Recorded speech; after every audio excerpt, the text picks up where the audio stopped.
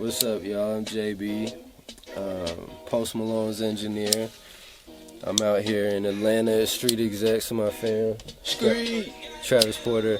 Yeah. Just mixed Post Malone's new tape, August 26th. A lot of big names on there, Jaden Smith, 2 Chainz, Jeremiah. Well, check it out if you haven't already. Basically, kind of like the go-to guy to make your stuff sound good in the trap world, and now branching off, work with everybody from Trinidad James to Snooty Wild to Asher Roth and Snoop Dogg. So hit me up. JB Mixed It on Instagram, JB Official Music on Twitter, JB Mixed It on Snapchat. This Pat is dope, and I'm here with JB, what's going on? Most Def. We in Street Exec Studios right now, Atlanta, Georgia, backwoods in the air. Post Malone, August 20 what? August 26th. Why? That's the date the album comes out. Okay, the album. August 26th. Let's talk about your inspiration behind the whole Post Malone situation. And let's talk a little bit about what you do on your free time. Kind of a long-winded story. I met Post like 3 years ago in LA. Okay. I was working at a studio in the Valley, and he just came through. He wasn't really making any music. He was curious. He just moved to LA with his best friend. And me and my friends, I got a pretty good network out there. We've been making music for a while, and like, damn, this kid is talented. We made one of the hardest songs ever, and we just like, from there, we just like, yo, let's rock behind it. Fuck it. What was the song? It's called Another Cup. First dropped it, I think, at the Mad Decent Block Party in LA like last year, just to see how it would go, and the shit went. But we never did anything with that song. That was just like the first song we made. And then from there, we just like bonded together and just created a machine and just went. And then South by hit, and bam, it keep growing every day. What's some of the things a lot of people maybe out in LA, a lot of people in the industry, a lot of people that you done work for know you for? Like, what's some of the things that you've done that a lot of people recognize you for and respect you for? Well, for right now, a lot of it's Post. But other than that, I did a lot of work with Bankroll last year. I moved out to Atlanta last year. In between my situation with Post and the people we were with at that time, the lease, we were all living together at a house, and when the lease came up, I moved to Atlanta to work with the street execs that just opened up. Okay. Right when I came out about a month before they opened up. And started working with Travi and Bankroll, and did, like Walked In and Real Trapper and Ski and a bunch of other records. What's the difference between LA and Atlanta? Because those are 2 places you did a lot of work in. You spent a lot of time. What's the difference? Atlanta's more open to the hustle, I think, as where LA is a great place to go when you're a little bit more situated. Okay. I mean, if you can survive LA, I feel like you can survive anything. But they say that about New York, though. New York's a whole different animal in its own. There's so much going on in New York. It's so oversaturated. LA is real, like, Hollywood is in LA. So, like, everyone from LA grew up with Hollywood in their backyard. So their perception of Hollywood and what it takes to make it is completely different than everybody else in the world, because everybody else in the world looks at it from a TV or from a distance, you know what I'm saying? So most of the people that I met coming up working in LA weren't even from LA. There's everybody from outside of LA trying to hustle and do something. But it's a tough city. But Atlanta is like, if you're nice with what you do, you can link with whoever you want to link with. Everybody out here is trying to work and is hungry, and it's just, hop on this song, let's work, let's make this beat, let's do this, push that.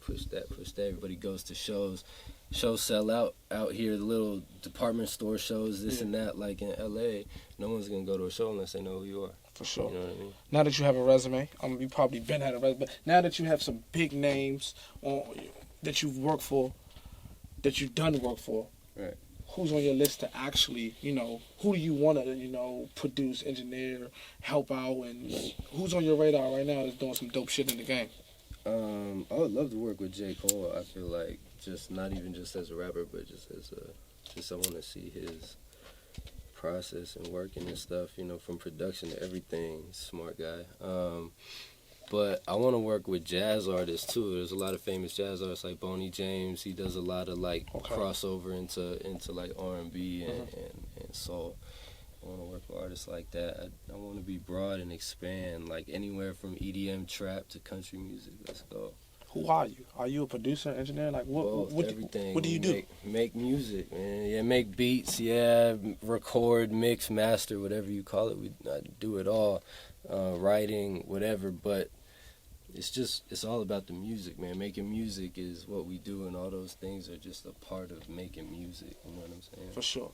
Before we end the interview, before we go, before we smoke, tell me the craziest thing that happened in LA, in that big house, you, Post Malone, FKI, all. You got to give me a few situations that were just crazy weekends, crazy girls. What's the situation that we should know?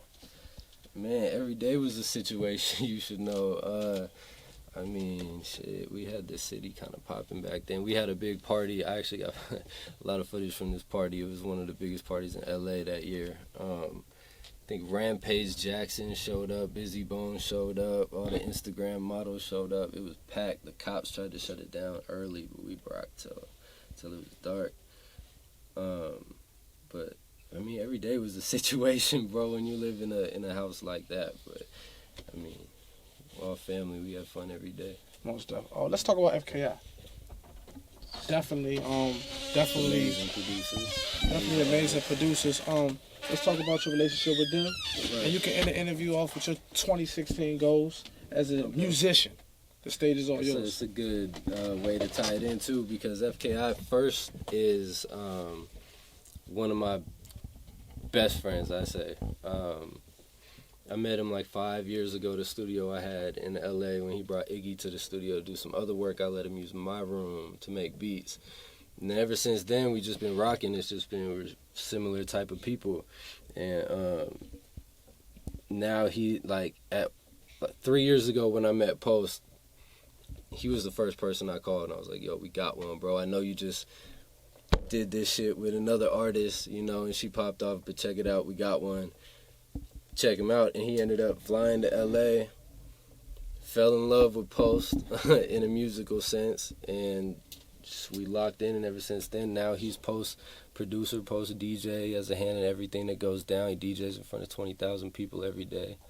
And we're on the road rocking, traveling the world. You know what I mean? My 2016 goals is to keep rocking with the same team that I got, and that would be first me, Trap Bangers, Post, and our team of management and stuff. Obviously, my team here at Street. I came here on my vacation, so that shows how much I love my team here at Street. And just be as big as we can. We're coming off one of the biggest tours in the world right now, so all there is to do is keep going. That's really it.